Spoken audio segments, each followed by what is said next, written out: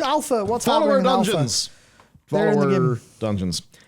No, this is good because this is the impact the follower dungeons Yeah, it's are great. having. Great. This is also the case for delves, and it basically is because all of this can be played single player between interviews and stuff like that. Blizzard have said it means that they are more willing to put story in the dungeons. Now, there always would be story in the dungeons, but it would just feel a little side thing. As an example, just thinking about the storyline of Dragonflight.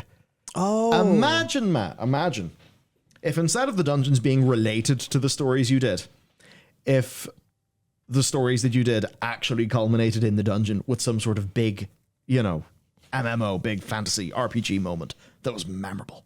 Imagine that. Wouldn't that be crazy? In the same way that, say, FF14 has got plenty of dungeons that have been tied to the story, and that's been really cool.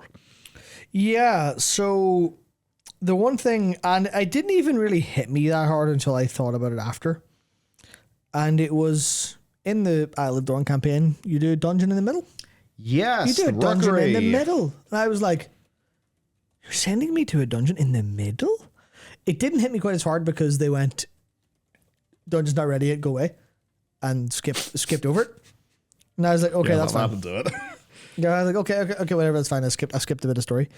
But the prospect, and then doing the dungeon actually later is really cool. Yeah, it's structurally, this is actually a foundational change to how they construct the narrative of WoW. Especially because dungeons are really dense with stuff happening that you can pay attention to. Yeah, and I guess thinking about the Rookery dungeon itself, I don't want to do spoilers, but I suppose it is, boys get wrecked. And there's a reason why you're there, because boys get wrecked. You need to deal with the situation.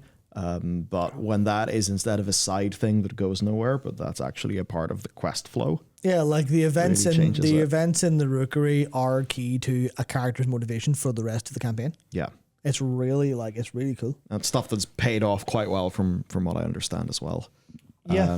Yep. Yeah, and even so, as an example, the very first delve is to rescue miners from a cave. And, that's tied in, I suppose, to whatever little breadcrumby side quest thing. But they've also said this with delves. So they're, they are willing to do story things in delves. Again, because they know that people can do them solo. Yep. Very good. Yeah. Very good.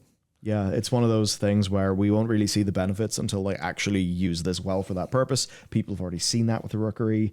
There are many other dungeons. The airship one. Done bigger? Yep. Yep. So if you've got this big going between different airships dungeon, and that is tied into some sort of main storyline in Hallowfall, you could see how that would be a really impressive set piece. But a set piece that in the past would have been a complete side thing. Whereas in this case, it gets to be a set piece that's actually part of the main plot.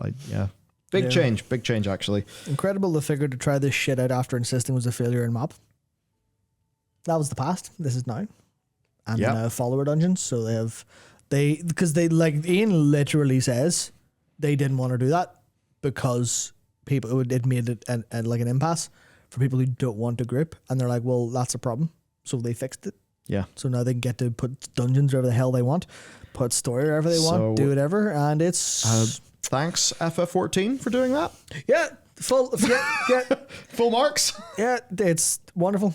It is. It's wonderful to just be like, oh yeah, the thing that worked for your competitor works for you too. Funny that, isn't it? Isn't that really? It's not really interesting.